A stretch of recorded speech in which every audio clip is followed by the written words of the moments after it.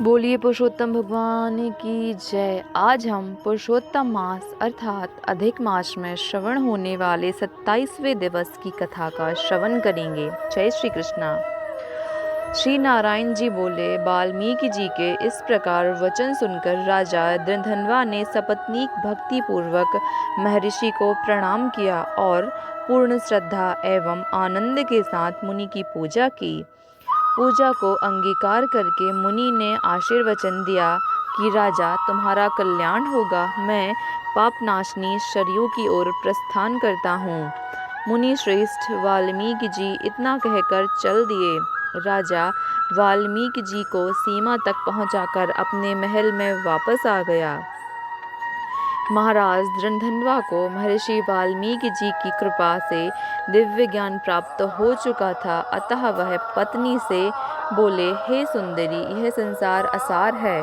गंधर्व नगर के समान ही इस संसार में भी रोग, द्वेष आदि 6 प्रकार के शत्रुओं का निवास है। कृमि, वृष्ठा, वात, कफ, मूत्र आदि सहित भस्म होने वाली इस देह में क्या रखा है। मैं भगवान की भक्ति और मोक्ष प्राप्त करने हेतु वनगमन करूँगा और वहीं भगवान पुरुषोत्तम का स्मरण करूँगा। पति के ऐसे वचन सुनकर वह पतिव्रता साध्वी और गुण सुंदरी रानी विनय पूर्वक हाथ जोड़कर बोली, हे भूपति, आपके साथ मैं भी चलती हूँ। पतिव्रता स्त्री का देवता उसका पति ही होता है, अतः मैं आपके साथ ही रहूँगी। हे नारद, अपनी परमप्रिय रानी के ऐसे वचन सुनकर राजा अपने पुत्र को राज्याधिकारी बनाकर पत्नी के साथ वन को चले गए। वे दोनों हिमालय के समीप गंगा तट पर जा पहुँचे। पुरुषोत्तम मास अधिक मास प्रारंभ होने पर पूरे महीने वे तीनों कालों में स्नान आदि करते और पुरुषोत्तम भगवान का स्मरण करते हुए वे दिन रात भगवान की पूजा आराधना करने लगे। इस प्रकार स्नान, व्रत और पूजा करते हुए उन्होंने पुरुषोत्तम महीना बिता दिया। व्रत संपूर्ण होने पर छोटी बजती हुई घंटियों से सुशोभित एक विमान वहां पर उतरा। उसमें पुण्यशील और सुशील नामक भगवान श्री हरि के गण विराजमान थे। राजा रानी को दोनों गणों ने नमस्कार किया और फिर दोनों को आदर के साथ विमान पर बिठा लिया। इस तरह रानी सहित राजा ने दिव्य शरीर धारण कर लिया और गोलोक के लिए प्रस्थान किया। भगवान पुरुषोत्तम के लोक में श्री हरि के समीप रहकर वे दोनों आनंद पूर्वक निवास करने लगे। यह कथा सुनाने के बाद श्री नारायण जी कहने लगे, हे नारद, मैं अपनी एक जीवा से पुरुषोत्तम मास की महिमा का बखान नहीं कर सकता। इस पृथ्वी पर इसके समान कोई भी दूसरा महीना नहीं है। सहस्त्र जन्म तप करने से भी ऐसा सुफल नहीं मिलता है जैसा सुफल पुरुषोत्तम मास में व्रत रखने पर मिलता है। भूले बिसरे भी जो इस मास में उपवास, स्नान, दान और जप कर लेता है, उसके करोड़ों जन्मों के पापों का शमन हो जाता है। यह पुरुषोत्तम मास सब मासों में श्रेष्ठ और अक्षय फल देने वाला है। इस मास की कृपा से तो दुष्ट बानर भी श्रीहरि के सानिध्य को पा गया था। नारद जी बानर की मुक्ति की बात सुनकर आश्चर्यचकित रह गए। उन्होंने भगवान से कहा, हे प्रभु, वेदों और शास्त्रों में मानव जन्म को ही संपूर्ण मुक्ति का साधन बताया गया है, फिर वह अज्ञानी बानर पुरुषोत्तम मास की सेवा से कैसे मुक्ति पा गया। हे तपोनिधि, सर्व जन्मों के हितार्थ वह कथा मुझे सुना दीजिए। वह बानर पूर्व जन्म में कौन था, वह कहाँ निवास करता था और उसे क्या फल मिला। श्री नारायण जी ने कहा, हे नारद, वह बानर पूर्व जन्म में केरल प्रदेश का वह एक अति लोभी ब्राह्मण था। पिता ने उसका नाम चित्रशर्मा रखा था, परंतु अत्यंत कंजूस होने के कारण लोग उसे करदय के नाम से पुकारते थे। धन के लोभ में लिप्त रहने के कारण उसने ना तो कभी हवन किया, न ही कभी पितरों को तृप्त किया। यश के निमित्त भी उसने कभी कोई पुण्य नहीं किया। स्त्री पुत्र का भी उसने कभी ढंग से पालन पोषण नहीं किया। इस तरह वह सभी पर अन्याय अत्याचार करता हुआ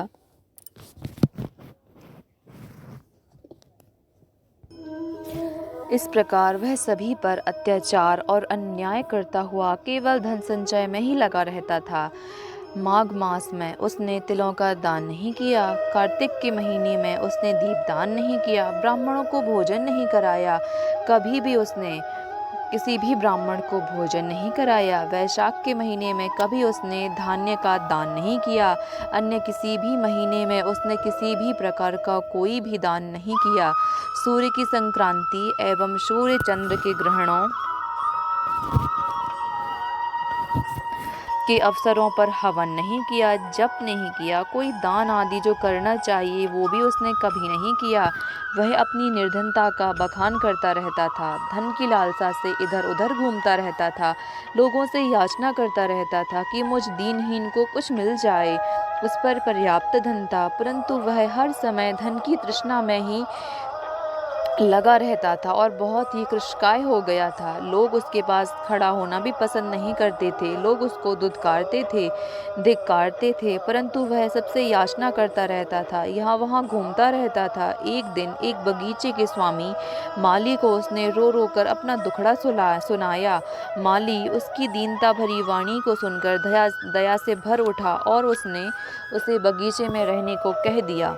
चित्रशर्मा माली की हर आज्ञा को मानता और उसके कार्यों में उसको सहायता देता। इसी से कुछ दिनों में माली को उस पर दृढ़ विश्वास हो गया कि करदय उसका अपना व्यक्ति है और उसे कभी भी किसी भी प्रकार की हानि नहीं पहुंचाएगा।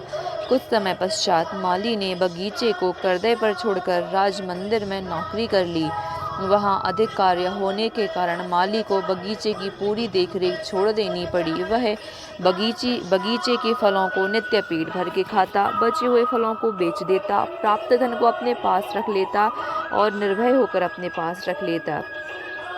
बगीचे का स्वामी जब भी उससे आकर बिक्री से प्राप्त होने वाले धन के विषय में पूछता तो वह असत्य बोलकर कह देता, हे भैया, मैं तो नगर में भिक्षा मांगकर गुजारा करता हूँ, बगीचे के फलों की रखवाली करते करते परेशान हो गया हूँ, लेकिन पक्षी सारे फल खा जाते हैं। करदय की बात सुनकर माली ने उस पर विश्वास कर लिया और लौट गया। इस प्रकार फलों को खाते बेचते उस करदय को 87 वर्ष बीत गए। वेदों का कहना है, बिना भोगे हुए पाप कभी क्षीण नहीं होते। मृत्यु के समय यमदूतों ने आकर उस पर मुग्धरों का प्रहार किया तो वह रुदन करता हुआ और अत्यंत कष्ट पाता हुआ यमलोक के मार्ग पर चलने लगा। मार्ग में चलते चलते वह अपने कुकर्मों के लिए रोता था, चिल्लाता था, आह, मुझ मूढ़ को मूढ़ता तो देखो, मैंने देव दुर्लभ भारत भूमि में जन्म पाकर भी क्या किया।